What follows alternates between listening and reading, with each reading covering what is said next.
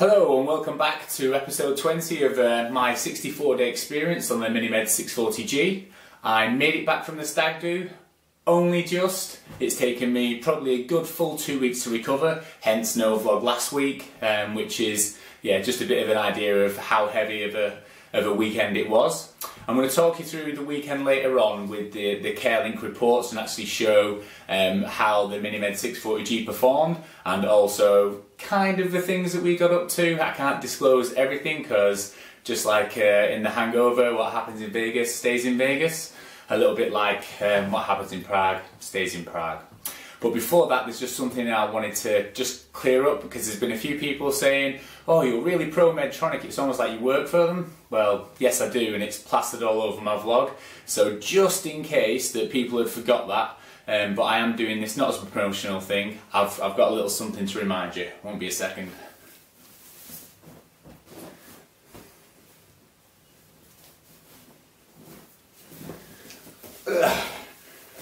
Little t-shirt as a reminder. I work for Medtronic. These views are my own. This is not promotional. However, I probably will have a slight subconscious bias towards Medtronic, but I'm human and not a Medtronic robot after all, so please bear it in mind when listening. But yeah, this is just a real life person's experience with the MiniMed 640G. To recap what the plan was before I went on the Stag Do, I'd set up 3 separate basal profiles that had progressively less basal insulin going in from the Friday to the Sunday, and I'd also changed my carb ratios and my bolus wizard settings so that I was going to get less insulin for the food that I had. And the idea was to try and stay on drinks that didn't have carbohydrate in, such as wine and spirits with diet mixers, so that I didn't have to mess about giving too many extra carbs, well, insulin for too many extra carbs as I was going along. I would love to be able to recount everything that happened on the weekend, but as things got a little bit carried away, my memory is a little bit sketchy, so my CareLink reports will be a really useful insight into actually what happened to the weekend, and we'll see whether the smart guide actually was useful during the weekend also. One thing I did want to show you, the theme of the Stag Do was double denim, because the Stag Do, or the Stag, his favourite attire is double denim, so I picked up this little beauty which reminded me of the 1990s Backstreet Boys.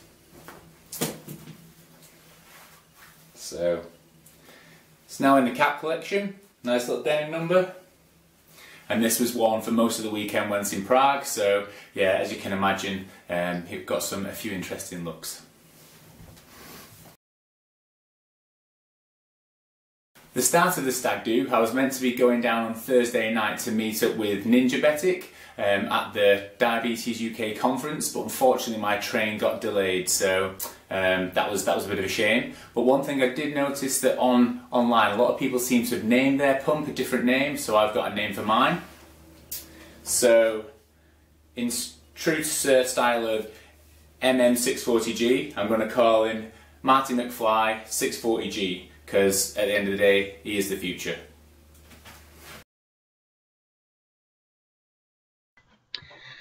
Okay, so this is the Friday morning, the CareLink report. I'm just going to walk you through what this shows. So you can see here where all these alarms went off is where stupidly I hadn't calibrated since the afternoon. So the alarms was going off here in the morning. I didn't calibrate until 6 AM. So as you can see here, the pump had actually suspended and prevented my hypo overnight, which was a good job. But obviously I was sleeping fairly heavily through there and didn't wake up with the calibration alarms here. So not a great start to the Stag Do.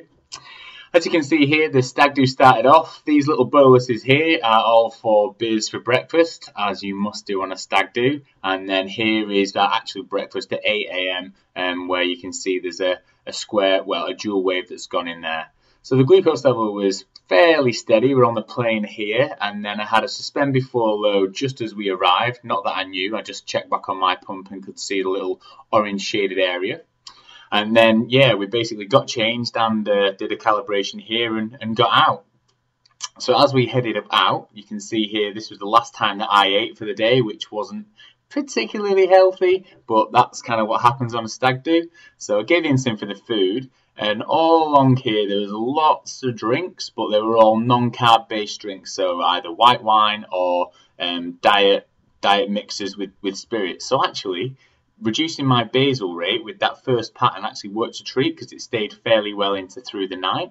So effectively that was the first day. Pretty heavy drinking session going on at that point, and it carried on. So moving on into the early hours. Here you can see this is early Saturday morning. So as we're going along here, you can see carried on partying all the way through, and there's the last couple of boluses at 2:30 and 4 o'clock where I probably had something to eat, and I actually went to bed at 4:30. And what is really fortunate here, and this is where the smart guard has done me a massive favour, you can see here that the basal has been cut out in 2 periods along here to actually prevent the hypos. Now I was fast asleep here, and if I would have been on the old CGM or any CGM that doesn't have the suspend, I can guarantee I would have slept through at this point because I was out like a light. So the smart guard has worked an absolute treat there to actually keep me up and going. So then when I got up at 12 o'clock, as you can see here, we got straight back on the beers when these were actually boluses for beers along here. And then, as you can see, there's a little bit of food that went in here, but this was the last time that we ate again. So we kind of went straight through, all the way through with no food and only drinks, which again, is not anything that I'm advocating, but it's just what happened. And you can see there's a little problem here with in terms of the connectivity. So I had to use the connector center again. So that was a bit of a pain whilst we were out. But you can see here again, the suspend before low is kicked in about 6 o'clock as we're out. But actually the drinking with no carbs has actually kept me in a pretty decent level. So this was in the Saturday night, and this rolls on through onto the Sunday where this isn't particularly fantastic. Stayed quite high through the night, which is better to be high than low. But one thing that did happen here is we carried on partying all the way through, and then rather than going to bed, we actually had some breakfast and just got on the plane here. And this is where I forgot to do a calibration again, so I got a calibration error, so I had to calibrate. Yeah, so basically that was the Stag Do. It was a lot of drinking, not too much eating. The suspend before low and the smart guard has kept me out of a few hypos, but all in all, managed to survive until that point.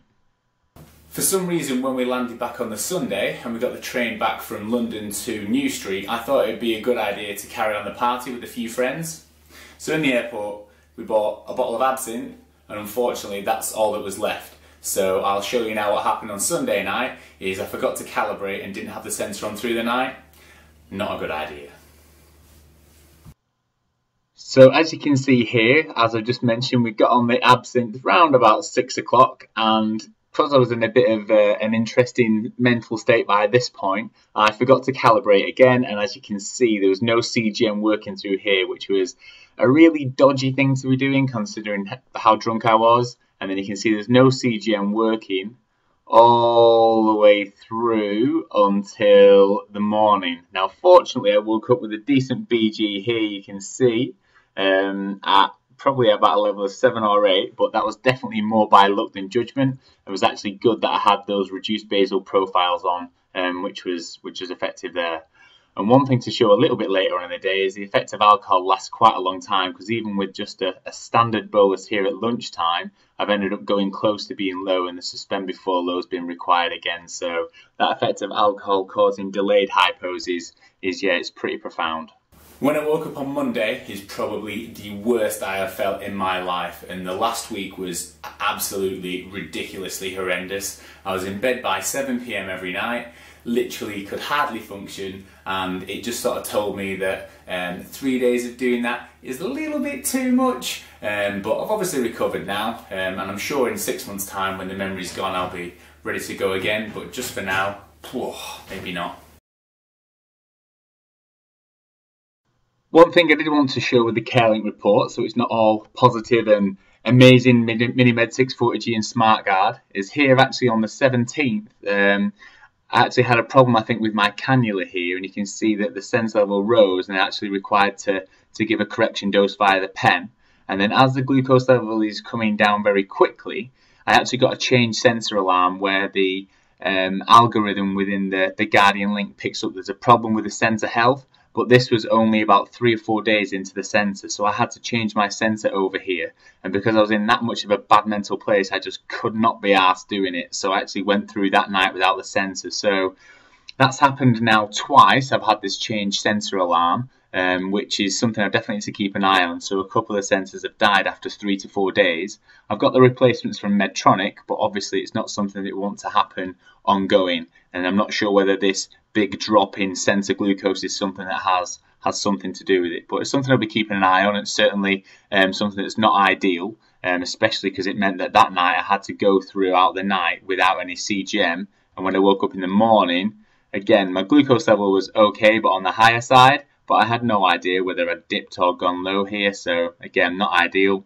But as you can see, as I start a new sensor in the morning, it's then picked up and is tracking pretty accurately. So yeah, it's not all positive.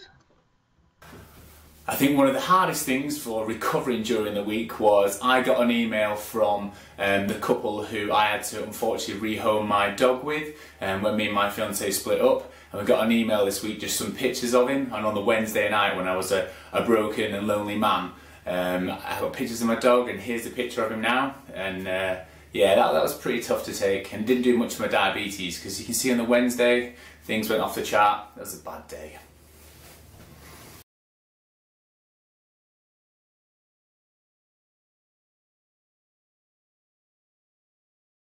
Okay, so that's it for this vlog. You can see the MiniMed 640G performed well in preventing definitely some tricky hypos, but also had an issue with the change sensor, which we'll keep an eye on. I've actually already done, but I'm going to do my next vlog on the 24-hour charity bike ride that I did with my friends, which will involve quite a bit of management of exercise, some stupid outfits actually worn doing the cycling, and then we had a bit of a party afterwards where we used some of the new dance moves and some of the old dance moves, so we'll crack some of those out as well.